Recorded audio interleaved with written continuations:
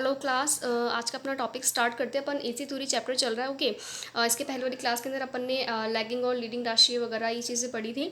तो अब AC terminology topic को फिनिश करके अब इसके अंदर अपने जो सर्किट्स के बारे में पढ़ेंगे अपन। ठीक है, तीन जो मेन प्रकार से सर्किट होते हैं, तो उसमें जो फर्स्ट ऑफ ऑल जो है वो है प्योर रेजिस्टिव सर्किट। ठीक है, प्योर रेजिस्टिव सर्किट, शुद्ध प्रतिरोधी परिपथ जिसको हिंदी में बोलते हैं। क्या मतलब होता है उसका कि एक ऐसा प्रकार का परिपथ जिसके अंदर सिर्फ सर्किट के अंदर क्या हो, रेजिस्टेंस लगा हुआ हो। ओके, क्योंकि मेनली तीन प्रकार से अपने पास में एलिमेंट होते हैं। कौन से एलिमेंट होते हैं वो?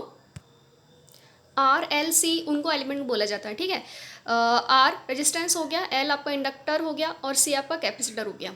ओके, ये तीन प्रकार के एलिमेंट सर्किट में, इलेक्ट्रिकल सर्किट के अंदर किसी न किसी रूप में लगे हुए ही रहेंगे आपके पास में। ठीक है, जैसे कोई वाइंडिंग आपने कर रखी है तो वाइंडिंग के अंदर आपको क्या मिलेगा, ये यहाँ पे इंडक्टेंस मिलेगा।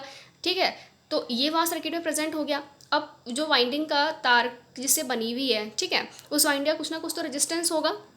देखिए आप इसमें एक वाइंडिंग का एक तरीके का शेप बनाया हुआ है, तो जो वायर जो मटेरियल होगा, ठीक है, कॉपर का होगा, एल्यूमिनियम का होगा, तो उनका भी तो कुछ ना कुछ इंटरनल रेजिस्टेंस होगा। तो वो रेजिस्टेंस इस तरीके से यहाँ पे काउंट होता है। ठीक है, और सर्किट के अंदर जैसे फैन वगैरह उसमें कैपेसिटर लगा हुआ है, ठीक है, तो वो कैपेसिटर इस तरीके से हो गया। तो इस तरीके से अपन कह सकते हैं कि एक इलेक्ट्रिकल सर्किट के अंदर ये तीनों एलिमेंट मेनली प्रेजेंट होते ही होते हैं। ओके, तो इसके लिए अभी अपन ये तीनों को कॉम्बिनेशन के तौर पे स्टडी ना करके ये इंडिविजुअल अलग अलग किस तरीके से बिहेवियर शो करते हैं। ठीक है, जब आप इसको एसी सप्लाई दोगे, है ना, तो किस तरीके से ये बिहेवियर शो करेगी, क्योंकि रेजिस्टेंस के अंदर करंट जाएगी तो करंट वोल्टेज का नेचर थोड़ा अलग होता है।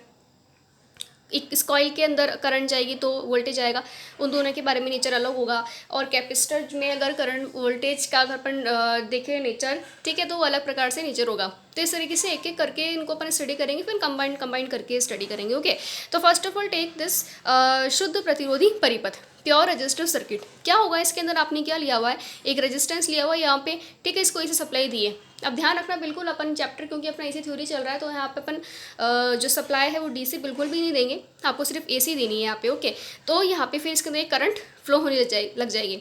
आपको पता है वोल्टेज दे रहे हो आप, ऑल्टरनेटिंग रहेगा, वो भी करंट जो जा रही है यहाँ पे वो भी आपकी ऑल्टरनेटिंग रहेगी। ठीक है, तो देखो यहाँ पे ऑल्टरनेटिंग साइन वेव यहाँ पे अपन लेते हैं, है ना। तो किस तरीके से देखते हैं अपन इसके अंदर, तो इसके अंदर पहले अपन इसके फॉर्मूले पढ़ते हैं। जैसे ही डीसी सिस्टम के अंदर अपन ने पढ़ रखा है पहले कि I = V/R होता है। ओके, अब यहाँ पे फॉर्मूला वही रहेगा, बस हल्की से उसमें टर्म चेंज हो जाएगी। यहाँ पे करंट जो है उसको अपन IRMS बोलते हैं। ठीक है, बिल्कुल, क्योंकि अपन ने इसके पहले वाले वीडियो के अंदर भी देखा हुआ है कि जो बेसिक में अपन करंट रहेंगे, एवरेज करंट भी रहती है, रूट मीन स्क्वायर वैल्यू या IRMS करंट भी रहती है। और हर टाइम करंट की वैल्यू क्या होती है, चेंज होती है। देख सकते हैं आप यहाँ इस डायग्राम में दिख रहा है, हर टाइम करंट की वैल्यू चेंज हो रही है। तो अब अगर आपको मेजर करना हो ना, मापना हो कि ये कितनी एम्पेयर की करंट है, तो वहाँ पे अपन फिर कौन सी करंट लेंगे, तो अपन IRMS करंट लेते हैं। ठीक है, रूट मीन स्क्वायर वैल्यू वाली करंट, है ना। तो जो वोल्टेज रहेगा वो भी VRMS ही रहेगा। तो नॉर्मल जो सूत्र रहता है वो क्या रहता है, I = V/R फॉर्मूला रहता है।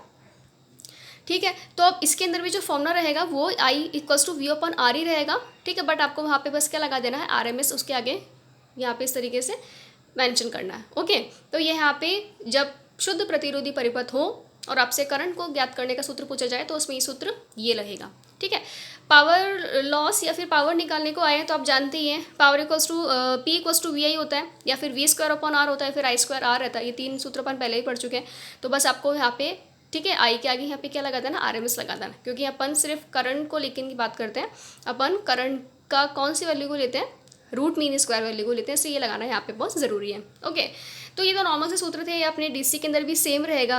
ओके, शुद्ध जब प्रतिरोधी परिपथ हो, ओके, जब आप इसको एसी दे या फिर इसको अपन अभी डीसी भी देते हैं ना, तो सूत्र इसके वही रहता है। बट डीसी देने पे यहाँ पे RMS वगैरह वैल्यू की बात नहीं होती है, एसी देने पे आप रूट मीन स्क्वायर वैल्यू की बात करते हैं। ठीक है भाई, बेसिक फॉर्मूला जो है वो आपका बिल्कुल सेम है यहाँ पे, कि जो करंट है वो किसके बराबर रहेगी, वोल्टेज अपॉन रेजिस्टेंस के बराबर रहेगी। अब अपन इसमें ये स्टडी करते हैं। ठीक है, ये बहुत मेन डायग्राम है, इनको बिल्कुल ध्यान से देखना आप, क्योंकि आगे जब अपन कॉइल और कैपेसिटर को स्टडी करेंगे तब ये डायग्राम बहुत डिफर हो जाएंगे, अलग हो जाएंगे, इसलिए अभी आप बिल्कुल इसको ध्यान से देखना ज़रूरी है। ओके सी, देखते हैं यहाँ पे क्या है कि जब प्योर रेजिस्टिव सर्किट हो, ठीक है, जब आप इसके अंदर क्या दो, करंट और वोल्टेज जब यहाँ पर आए तो इसका जो वेक्टर डायग्राम आपको ड्रॉ करना हो, किस तरीके से ड्रॉ करना है, इस तरीके से, ठीक है। ये आपका टाइम वाला अक्ष है, ठीक है, और ये यहाँ पे आपके एक्स अक्ष पे क्या होगा, टाइम होगा। तो क्या देखते हैं अपन कि करंट और वोल्टेज क्या होगा यहाँ पे कि करंट और वोल्टेज दोनों बिल्कुल साथ साथ चल रहे हैं, ठीक है। मीन्स ऐसा नहीं है कि एक अलग डायरेक्शन में जा रहा है तो एक अलग डायरेक्शन में जा रहा है, दोनों की डायरेक्शन जो है वो बिल्कुल सेम है। इसी को अगर अपन वेव डायग्राम से स्टडी करें तो क्या देखते हैं यहाँ पे कि समय अक्ष पे अपन एक्स अक्ष पे अपन ने टाइम लिया है यहाँ पे, तो वेव डायग्राम कैसे स्टडी होगा, बिल्कुल, क्योंकि यहाँ पे दोनों सेम डायरेक्शन में चल रहे हैं, ओके। कुछ भी इनमें अंतर नहीं है, जिस टाइम आपका वोल्टेज स्टार्ट हुआ उसी टाइम आपका करंट स्टार्ट हुआ है ना। तो यहाँ पे भी क्या होगा, देखो जो 0 डिग्री वाली यहाँ पे ये वाली जो पॉइंट है, यहीं से आपका वोल्टेज जो है वो स्टार्ट होगा फ्लो होना, और उसी टाइम आपकी क्या होगी, करंट यहाँ पे फ्लो होना स्टार्ट हो जाएगी, ठीक है। साथ साथ ही आपकी पीक वैल्यू पे पहुँचेंगे, जो भी इनकी पीक वैल्यू होगी, साथ साथ वापस ही आपके क्या रहेंगे, यहाँ पे इस 180 डिग्री पॉइंट पर पहुँचेंगे, वापस फिर आपका नेगेटिव साइकिल स्टार्ट हो जाएगा, और ये वापस क्या हो जाएंगे, इस 0 पोजीशन में पहुँच जाएंगे, और आगे कंटिन्यू जो इनका वो साइकिल वो स्टार्ट होता रहेगा, ठीक है। तो यहाँ पर अपन ने क्या देखा कि करंट और वोल्टेज दोनों क्या है, इसको अपन क्या बोलते हैं, सेम फेज में होना, ठीक है। अपन पहले वाली क्लास के अंदर पढ़ चुके हैं, तो क्या बोलते हैं अपन, सेम फेज में होना, ओके। तो बात बिल्कुल ध्यान रखना, रेजिस्टेंस के अंदर हमेशा करंट वोल्टेज के बीच में कुछ भी अंतर नहीं रहता है, या बोल सकते हैं 0 डिग्री का अंतर रहता है ना। और जो वेव डायग्राम जब इसका स्टडी करते हैं अपन, वहाँ पे दोनों सेम फेज में, दोनों बिल्कुल साथ साथ ही चलते हैं।